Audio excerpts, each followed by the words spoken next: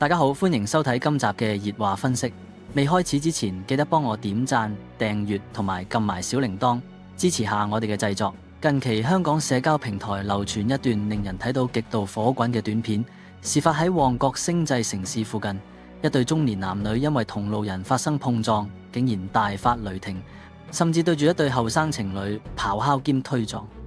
呢單事件引發咗網上好大嘅迴響，唔少人對於嗰位戴綠帽大叔嘅野蠻行為感到極度憤慨，亦都好同情嗰對無端受害嘅後生情侶。究竟點解喺呢個繁華鬧市入面會發生呢種恃強凌弱嘅爭執？今集我哋就嚟深度拆解呢件事，睇下網民點樣評價，亦都探討下依家社會戾氣重嘅問題，希望大家可以從中反思日常生活點樣自處。根據網上流傳片段，事發喺7月11號，地點位於旺角星際城市扶手電梯出入口，嗰度一向人來人往，係非常繁忙嘅地段。當時人群擠迫，大家行路發生碰撞，確實係難免，互相體諒一下就係基本禮貌。但係畫面中嗰對中年男女嘅反應就顯得非常極端。戴綠帽嘅大叔情緒明顯好激動，眼神兇狠咁指住嗰位身穿黑衣嘅年輕男子，步步進逼，大聲喝罵。佢嗰個人多，梗係逼吉啦！你做咩撞翻轉頭先？完全係將自己嘅野蠻行為合理化，一副要教訓人嘅姿勢。呢種惡人先告狀嘅態度，真係令到喺場嘅路人都睇唔過眼。而年輕情侶喺毫無防備之下，無端端成為咗對方情緒發洩嘅目標，場面相當混亂尷尬，亦都令到唔少網民睇片嗰陣都覺得好壓抑，唔明點解會有人可以咁理直氣壯去責怪人，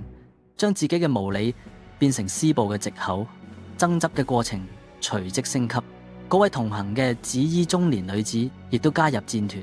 不斷咆哮命令男方道歉，令到現場火藥味極濃。黑衣男雖然處於弱勢，面對中年男女嘅無理指控，為咗平息風波，已經展現出相當大嘅忍耐力，講咗對唔住，想息事寧人。不過對方好似完全唔打算收手，綠帽大叔反而係得寸進尺，大力推撞個後生仔，仲惡狠狠咁命令對唔住就走啦。隨後更講出開啦呢種非常難聽嘅字眼，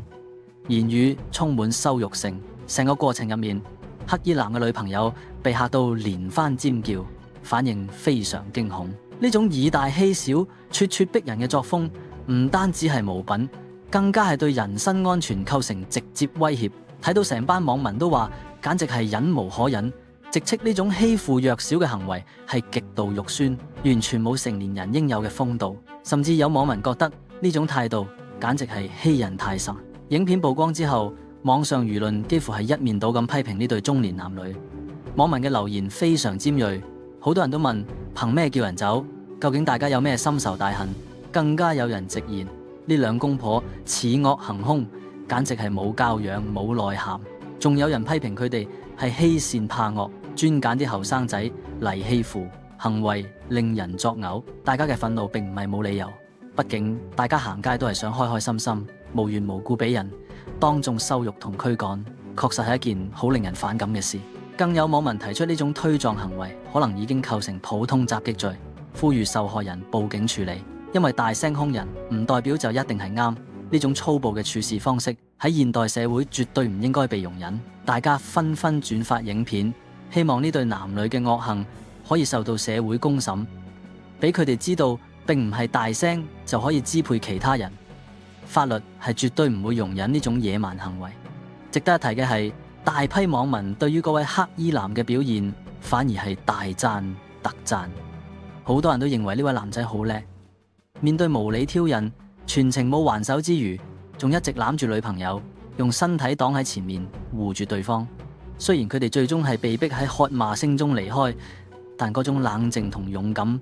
係非常值得讚賞。網民話呢種男仔絕對係跟得過，比起嗰啲一遇到事就衝動打交，甚至連累身邊人都唔顧嘅人，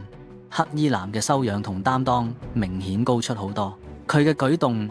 亦都成為咗呢單新聞入面唯一嘅亮點，證明咗面對粗魯嘅人，保持理性同保護自己所愛先係最成熟嘅表現。甚至有網民留言話呢位男仔嘅 EQ 非常高，喺咁極端嘅情況下仲可以控制自己，確實係值得學習嘅榜樣，為受害者感到安慰，亦都令到好多女性網民留言話好羨慕女方有咁好嘅男朋友。呢類公眾場所嘅爭執其實並唔罕見，社會上似乎充滿咗戾氣，好似之前東鐵線頭等車廂發生過嘅霸位事件，同樣反映出呢種自我中心嘅心態。嗰度有女士一個人霸住4個座位，面對想坐低嘅市民，居然仲理直氣壯聲稱自己係 VIP， 唔肯讓位，甚至面對大叔嘅質疑都顯得十分霸道。呢兩單事件雖然性質唔同，但核心反映嘅問題係一樣，就係部分人極度自我中心，完全冇考慮過周圍人嘅感受。當每個人都覺得自己大晒，覺得自己有權利凌駕於規矩同禮貌之上，爭執就係必然會發生。呢種社會氛圍確實令到好多市民覺得無奈，因為每個人行街坐車都想有一份基本嘅尊重同寧靜，而唔係無端端捲入是非。呢啲事件反映出好多人嘅心態好急躁，稍有不順就即刻爆發，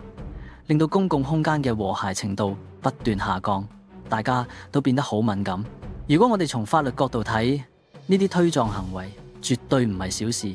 係有明確法例規範嘅。根據香港法例第212章《侵害人身罪條例》第40條，任何人如果犯咗普通襲擊罪，可被判處監禁1年；如果造成身體傷害，刑罰更加嚴重，最高可判監3年。唔好以為只係輕輕推2下就冇事，只要令到對方感到恐懼，或者有非自願嘅身體接觸，就已經有可能違法。從心理學分析，現代生活節奏太快，好多人壓力好大，但呢種壓力絕不應該成為傷害陌生人嘅借口。各位綠帽大叔可能將生活嘅不滿發洩喺後生情侶身上，但佢咁樣做只會令自己陷入更加麻煩嘅法律漩渦，到頭來受傷嘅其實係自己。衝動真係魔鬼，呢句話喺任何時代都係真理，亦都係俾呢類情緒失控者嘅一個警示。唔好因為一時嘅發洩而令自己付出沉重代價。睇完呢類影片，我哋作為觀眾或者市民，除咗感到氣憤，仲應該學習點樣面對呢類突發情況。正如黑衣男嘅處理方法，盡量避開，唔好硬碰硬，係最聰明嘅選擇。同一個已經失去理智嘅人爭辯，係完全冇意義嘅，甚至只會增加自己受傷嘅風險。我哋唔可以控制其他人嘅言行，但絕對可以控制自己嘅情緒同反應，保護好自己同身邊嘅人，安全撤離現場先係最重要嘅事。下次如果不幸遇到呢啲無理取鬧嘅人，記得保持冷靜，唔好因為一時意氣用事而俾對方嘅爛情緒影響咗自己嘅生活質素同安全。呢樣嘢先係最重要嘅自我保護意識，保持距離，避免肢體接觸，呢啲都係面對暴力威脅時嘅有效保護策略。大家一定要學識點樣去保護自己。其實社會進步嘅同時，人與人之間嘅距離感反而增加咗。好多人喺壓力下變得好脆弱，輕輕一觸即潰，演變成爭執。我哋每個人作為社會嘅一份子，都需要學習點樣去排解情緒，唔好將自己嘅不快轉嫁俾人。旺角呢一幕唔單止係單一事件，更加係一個警號，提醒我哋喺日常生活入面保持多一份禮貌同謙讓，其實係好重要。如果人人都可以多行一步，多為人設想，呢類所謂嘅街頭綜合格鬥場面自然會少好多。希望大家睇完呢單新聞之後，可以反思一下自己平時遇到碰撞時嘅反應，係咪可以更加理性去處理，咁樣社會氣氛先會變得更加融洽，大家行街坐車都更加安心，唔會再因為啲無謂嘅小事而破壞咗大家嘅心情。總括嚟講，無論社會點樣變，文明同尊重始終都係人與人之間相處嘅基石。希望今次事件可以俾嗰位大叔一個反思嘅機會，亦都希望大家喺公共場所多一分體諒，少一分戾氣，生活自然會少好多。無謂爭執，香港已經夠多煩惱，我哋每個人都行多一步，保持多一份禮貌，社會先會少啲爭執，多啲和諧。好啦，今集嘅分析就去到呢度，唔知大家對於呢宗旺角街頭爭執嘅新聞又有啲咩睇法呢？歡迎喺留言區分享你嘅意見，話我知你點睇呢對情侶嘅遭遇，或者你點睇呢類公共場所嘅衝突。我哋下次再見。